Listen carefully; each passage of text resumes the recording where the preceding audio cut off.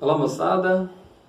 Com essa aula de hoje, nós vamos dar início aqui ao estudo da química orgânica, tá? E a química orgânica, quando a gente fala da história da química, é uma das mais novas, tá? Das novas instituídas como tal, né? Como uma parte da química, como uma parte da ciência química. Mas, na verdade, as substâncias orgânicas e os fenômenos químicos orgânicos, né? As reações orgânicas, isso aí, na verdade, já acontecem desde sempre, já existem desde sempre, né? Basta lembrar que nós somos formados por muitas substâncias e boa parte, a maioria delas, é de substância orgânica.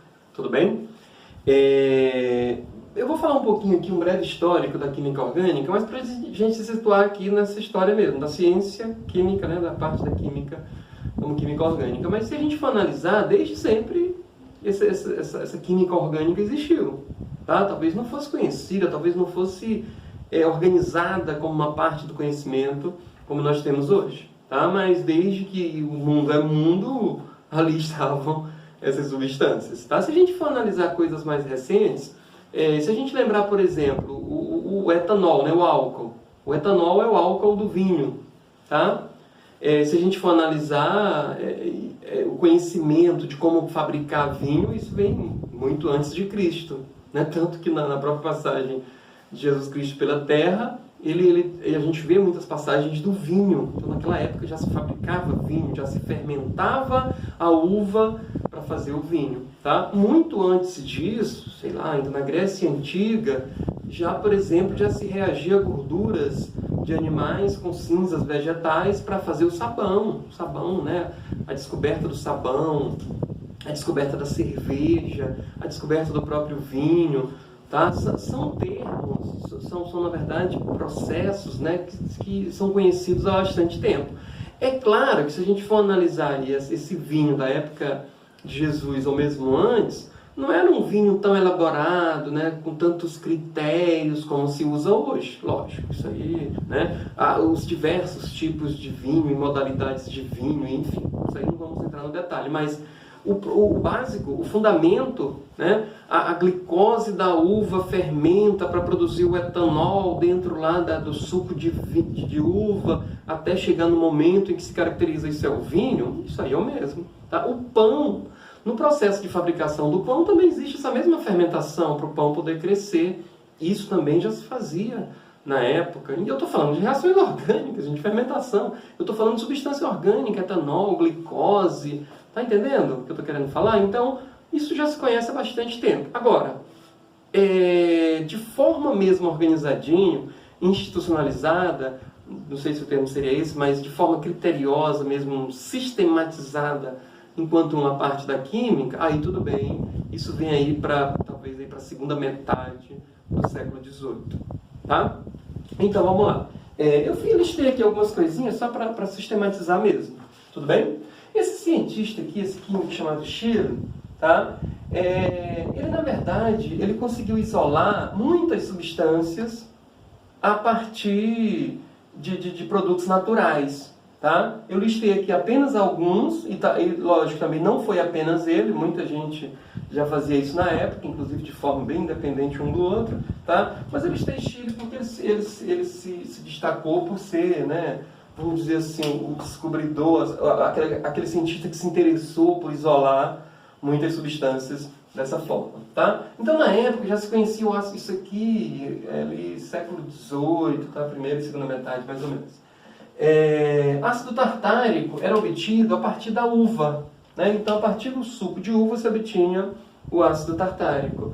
Ele obteve o ácido cítrico a partir do suco de limão, tá? Isso, na época, já se conhecia. A glicerina, a substância glicerina, que nós falamos tanto aqui no estudo da química orgânica e usamos tanto em diversos processos aí, né, e produtos no dia a dia, na época já se obtinha a partir da gordura animal. A ureia já era conhecida na época, tá? A ureia, um sólidozinho cristalino, branco, obtido a partir da urina, etc. Tá? Então, urina, animal. Gordura, também animal. Limão e uva, vegetais. Tá? Então, por volta de 1777, esse químico chamado Bergman, ele tem então a ideia de dividir a química em duas partes. Química orgânica e química inorgânica. Essa palavra orgânica deriva de organismo, organismo vivo. A inorgânica seria o contrário, tá? Seria a não orgânica. Então, qual o critério que Bergman utilizou naquela época para dividir a química orgânica em química inorgânica? Tá? Ele teve essa ideia para dividir. Gente, vamos dividir aqui. Já que existem várias substâncias que são obtidas a partir, né, de origem animal e vegetal, né, dos reinos animal e vegetal, de origem dos seres vivos, vamos chamar essa química de química orgânica. Inclusive a palavra orgânica aí deriva de organismo, organismo vivo, tá? E a química que estudaria os compostos obtidos do reino mineral seria a química inorgânica. Tanto que durante muito tempo se chamou a química inorgânica de química mineral, tá? Então, pela primeira vez, nós tivemos a divisão da química dessa forma, e aí, então, é que surge o termo química orgânica. É claro que esse conceito de química orgânica que se pôs à época não é mais válido atualmente. É bom que se deixe claro isso. Tem uma importância histórica, inclusive daí surge o termo química orgânica, né, do organismo e tal, mas é bom de antemão eu adiantar logo que esse não é o conceito atual. Tudo bem? Depois, mais tarde, um cientista chamado Berzelius, como queiram, tá? Eles lançam uma teoria chamada teoria da força vital. Essa teoria da força vital, que muita gente também chama de vitalismo, né, uma corrente do vitalismo, vitalismo de Berzelius, realmente ganhou o respeito, ganhou a credibilidade entre muitos estudiosos de química da época. É bom que se diga isso, tá? Segundo a teoria de Berzelius, uma substância orgânica ela só poderia ser obtida a partir de uma força maior, tá? De uma força, algo mesmo que sobrenatural, sei lá o que, né? É quase que mística mesmo. Somente através do seu metabolismo, um ser vivo poderia sintetizar uma substância orgânica, tá? Essa palavra vital, todos nós sabemos, deriva de vida. Então, a teoria da força vital sugeria isso, haveria a necessidade dessa vida, né, desse ser vivo no seu metabolismo para poder sintetizar uma substância orgânica. Em palavras mais simples, é algo do tipo, olha, seria impossível alguém sintetizar no laboratório uma substância orgânica. É mais ou menos isso, né? Trazendo para as palavras de hoje o que disse a teoria de Berzelius. Mas como eu falei, é uma teoria. Tem toda uma publicação dentro disso. Não é algo tão simplista assim. Tudo bem? Mas só para o nosso estudo aqui, isso é essencial. Seria impossível alguém sintetizar no laboratório uma substância orgânica. Somente um ser vivo, quer dizer, um animal ou vegetal, através do seu metabolismo, do seu organismo, seria capaz disso. Tá? E aí, já no início dos anos 1800, um cientista alemão químico chamado Wöhler, ou Wöhler, como queiram, tá? Fez a síntese da ureia. Isso foi conhecido como síntese de Wöhler. Tá? A partir do cianato de amônio, ele conseguiu obter a ureia. Isso em laboratório, tá, gente? A partir do aquecimento de uma solução aquosa de cianato de amônio, obteve-se a ureia. Tá? Vale dizer que o cianato de amônio é um sal inorgânico e a ureia é uma substância orgânica. Repetindo, a partir de uma substância inorgânica, Wöhler conseguiu sintetizar uma substância orgânica. Ou seja, algo que a teoria de Berzelius dizia que seria algo impossível. Né? Então, essa síntese de Wöhler, ela bate de frente com a teoria da força vital. E vale dizer que Wöhler era um orientado de Berzelius. Tá? Eles não eram inimigos, senão acontece muito isso na ciência. Né? Então, era um discípulo, como se chama, né, de Berzelius. E vale também dizer algumas coisinhas sobre essa síntese. Primeiro, gente, o Wöhler, ele estudava química inorgânica.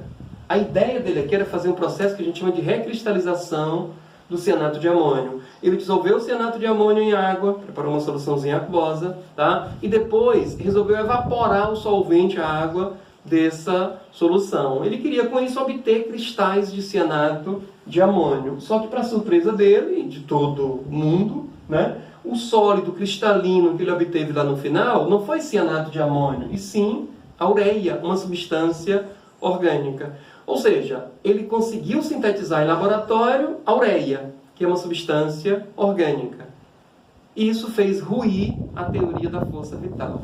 Eu gosto muito de dizer que Weyler derrubou a teoria da força vital, mas não foi algo assim, ó, num clique. Não, tá? Isso aí demorou bastante tempo, houve uma resistência, as pessoas não deram credibilidade, criaram uma espécie de nova versão para a teoria da força vital, mas não teve jeito. O certo é que a teoria da força vital estava sim equivocada, tá? E a partir da síntese de Weyler, várias pessoas também começaram a sintetizar as suas substâncias, e aí então, de fato, cai a teoria da força vital e cai com isso aquele conceito da época de química orgânica. Lógico, tá? Então, turma, mais alguma coisinha aqui a respeito da síntese da ureia, para a gente não cair em armadilhas bobas. Isso aqui, lembrem-se, não é a descoberta da ureia. Não foi Weyler quem descobriu a ureia, tá? A ureia já era conhecida na época.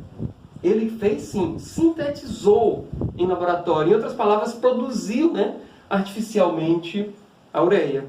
Isso é diferente, tá? Então, com isso o próprio conceito de química orgânica muda.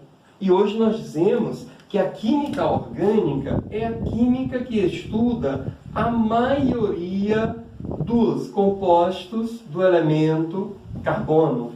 É muito comum a gente se referir à química orgânica como química do carbono, aos compostos orgânicos como compostos do carbono. É muito comum vocês verem isso por aí, tá? Então, a maior parte dos compostos, que estudaremos em química orgânica, né? Ou melhor, a maior parte dos compostos do carbono são orgânicos, são esses que nós estudaremos aqui na química orgânica. Mas vale aqui uma observação, né? Uma nota do professor, observação.